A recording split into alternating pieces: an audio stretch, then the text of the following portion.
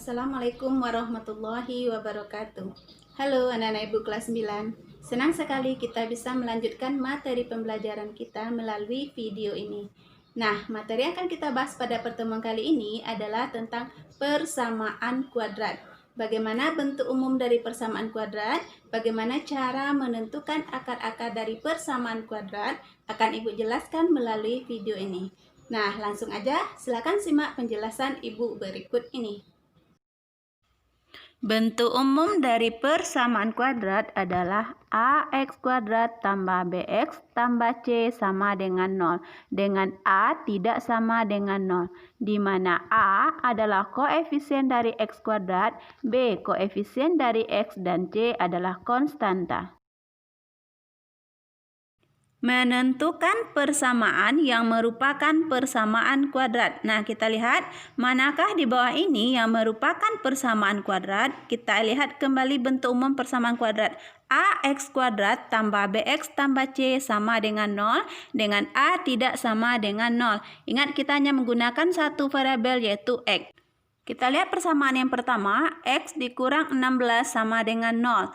Di sini tidak ada nilai ax kuadratnya, jadi ini bukan persamaan kuadrat. Yang kedua, 2x dikurang 4y sama dengan 20. Pada persamaan ini menggunakan dua variabel yaitu x dan y. Jadi ini juga bukan merupakan persamaan kuadrat. Yang ketiga, x kuadrat tambah y kuadrat sama dengan 13. Kembali di sini menggunakan dua variabel, berarti bukan persamaan kuadrat.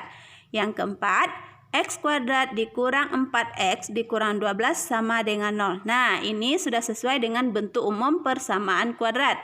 Yang kelima, 4x kuadrat dikurang 10x sama dengan 6. 6 di ruas kanan bisa kita pindahkan ke ruas kiri sehingga dia membentuk persamaan kuadrat.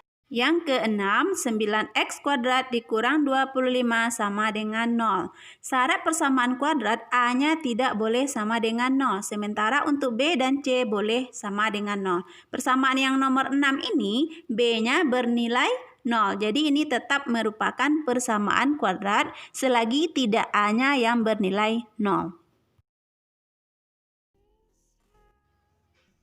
Ada tiga cara menentukan akar-akar persamaan kuadrat, yaitu yang pertama metode memfaktorkan, yang kedua melengkapkan kuadrat sempurna, dan yang ketiga menggunakan rumus ABC atau rumus kuadratik. Cara yang pertama yang kita gunakan untuk menentukan akar-akar persamaan kuadrat adalah metode memfaktorkan. Metode memfaktorkan yang pertama adalah untuk A sama dengan 1. A ini adalah nilai dari koefisien X kuadrat. Nah, kita lihat contohnya. Tentukanlah akar-akar persamaan kuadrat X kuadrat dikurang 7X ditambah 12 sama dengan 0. Dari persamaan kuadrat ini bisa kita peroleh nilai A. A itu adalah koefisien dari X kuadrat. Jika tidak dituliskan, maka di sini nilainya adalah 1. Maka A sama dengan 1. B ini adalah koefisien dari X. Nilainya di sini adalah negatif 7. Dan C merupakan konstanta, di mana nilainya di sini adalah positif 12. C sama dengan 12. Untuk metode memfaktorkan ini bisa kita bantu dengan menggunakan layang-layang. Layang-layang memiliki 4 titik sudut, bagian atas, bagian bawah, samping kiri, dan samping kanan. Yang bagian atas itu adalah nilai A dikali C, sedangkan yang bagian bawah itu adalah nilai B. Untuk nilai yang di sebelah kiri dan nilai yang di sebelah kanan kita cari nanti dengan menggunakan faktorisasi.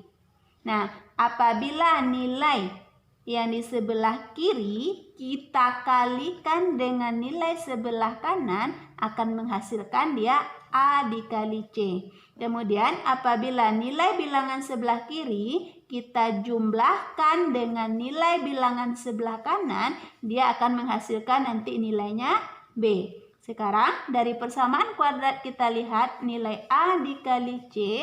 A kita 1, C kita 12. 1 dikali 12 nilainya adalah 12. Jadi di bagian atas ini kita buat 12. Kemudian nilai B dari persamaan kuadrat kita. B di sini bernilai negatif 7. Maka kita tulis di bagian bawahnya adalah negatif 7. Nah, sekarang kita mencari bilangan di samping kiri dan kanan dengan cara memfaktorkan. Kita lihat faktor dari perkalian A dikali C. Nah, di sini A kali C adalah 12, berarti faktor dari 12. Nah, kita tahu 12 itu kita peroleh dari perkalian, bisa yang pertama 1 dikali 12, bisa juga dia 2 dikali 6, bisa juga 3 dikali 4. Nah, kita lihat kembali. A dikali C nilainya 12. Di sini 12 itu bernilai dia positif. Kalau dia bernilai positif, maka yang diminta di sini adalah jumlah dari bilangan faktor di mana menghasilkan dia B. B di sini negatif 7. Nah, untuk sementara kita abaikan dulu negatifnya, kita ambil dia 7. Jumlahnya harus 7. Kembali kita lihat faktor perkaliannya. Yang pertama ada 1 dikali 12. Apabila bilangan 1 kita jumlahkan dengan 12, ini menghasilkan bilangan 13.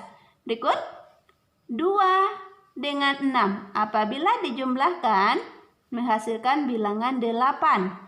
3 dengan 4. Apabila dijumlahkan menghasilkan bilangan 7. Berarti yang sesuai dengan nilai B kita, 7 di sini adalah bilangannya 3 dan 4. Sehingga kita tuliskan di sebelah kiri nilainya adalah 3, di sebelah kanan nilainya 4. Oke, pekerjaan kita belum selesai sampai di sini.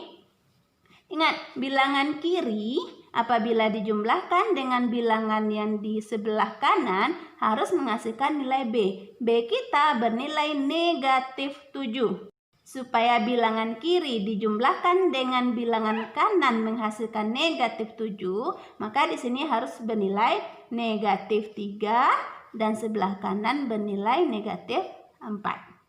Negatif 3 ditambah negatif 4 hasilnya adalah negatif 7. Kemudian negatif 3 dikali negatif 4 hasilnya adalah positif 12. Nah, ini pembuktian kalau faktorisasi kita sudah benar. Sehingga persamaan X kuadrat dikurang 7X ditambah 12 sama dengan 0. Kita uraikan dari perkalian faktor yang ditulis dalam bentuk tanda kurung seperti ini. Nah, kita lihat di sini koefisien X kuadratnya adalah 1, berarti perkaliannya adalah X dikali X. Nah, di sebelah kiri ini kita lihat bilangannya adalah negatif 3. Kita tulis negatif 3, yang di sebelah kanan itu adalah negatif 4. Nah, kita selesaikan. Ini akan menjadi dia X dikurang 3 sama dengan 0. Atau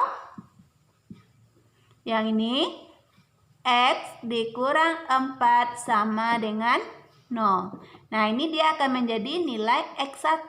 X1 sama dengan negatif 3 di ruas kiri kita pindahkan ke ruas kanan.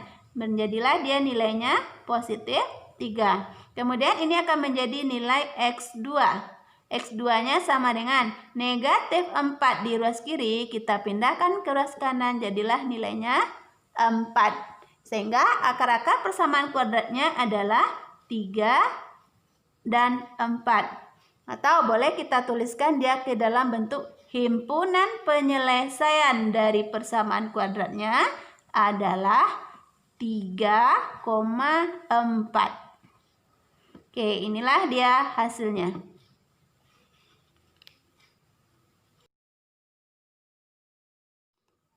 Contoh yang kedua, masih untuk A yang bernilai 1. Tentukan akar-akar dari persamaan X kuadrat ditambah 7X, kemudian dikurang 8 sama dengan 0. Nah, dari persamaan kuadrat ini bisa kita peroleh nilai A. A itu adalah koefisien X kuadrat. Jika tidak dituliskan, berarti di sini memiliki nilai 1. A sama dengan 1.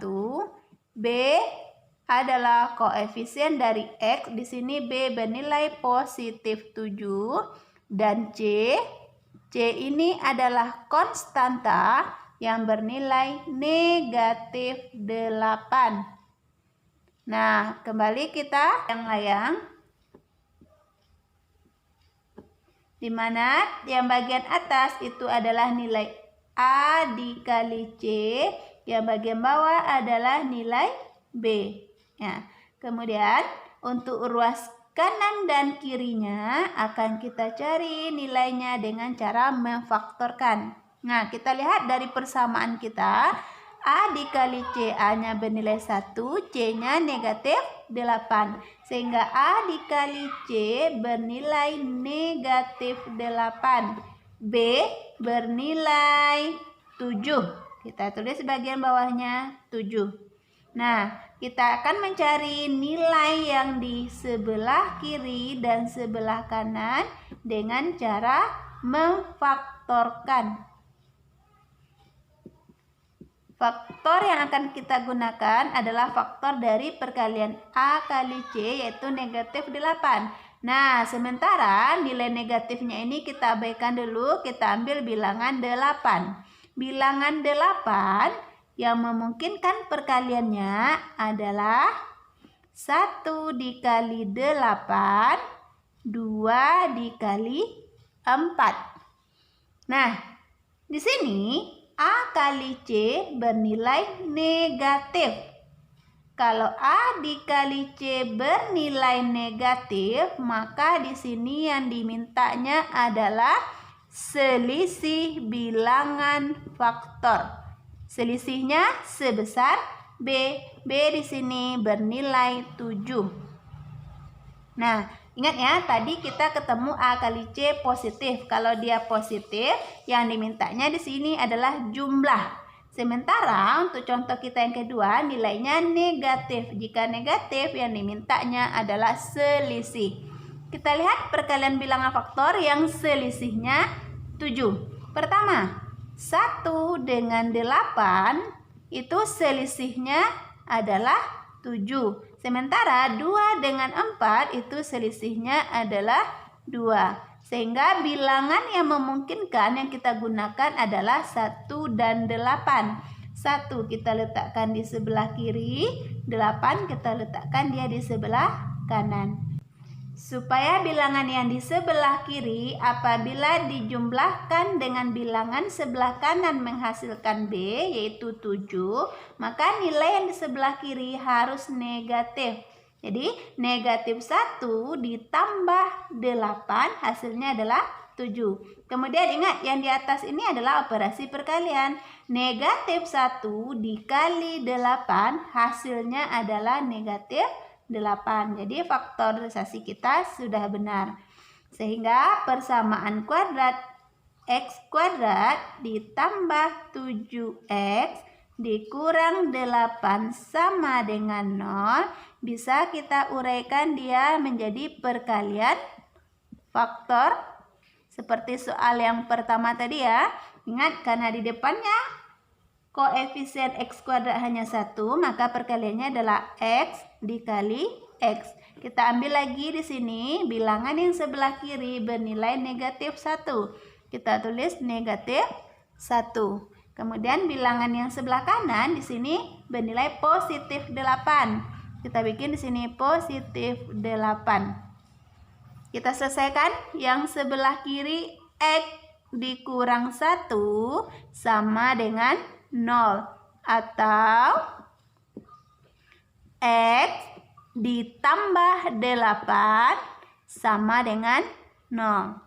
Oke, ini akan menjadi dia nilainya X1 sama dengan negatif 1 di ruas kiri pindah ke ruas kanan, nilainya adalah positif 1. Dan ini akan menjadi nilainya X2. Positif 8 di ruas kiri, kita pindahkan ke ruas kanan, nilainya adalah negatif 8. Sehingga akar-akar persamaan kuadratnya adalah 1 dan 8. Boleh juga ditulis himpunan penyelesaian dari persamaan kuadrat tersebut adalah 1, negatif 8.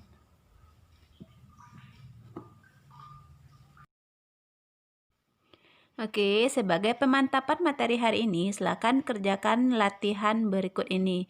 Catat soalnya dan kerjakan dalam buku latihan. Oke, itulah tadi penjelasan Ibu mengenai bentuk umum dari persamaan kuadrat dan menentukan akar-akar persamaan kuadrat dengan metode memfaktorkan.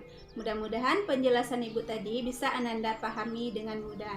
Oke, untuk menentukan akar-akar persamaan kuadrat dengan melengkapkan kuadrat sempurna dan rumus ABC, itu akan Ibu jelaskan pada video Ibu berikutnya.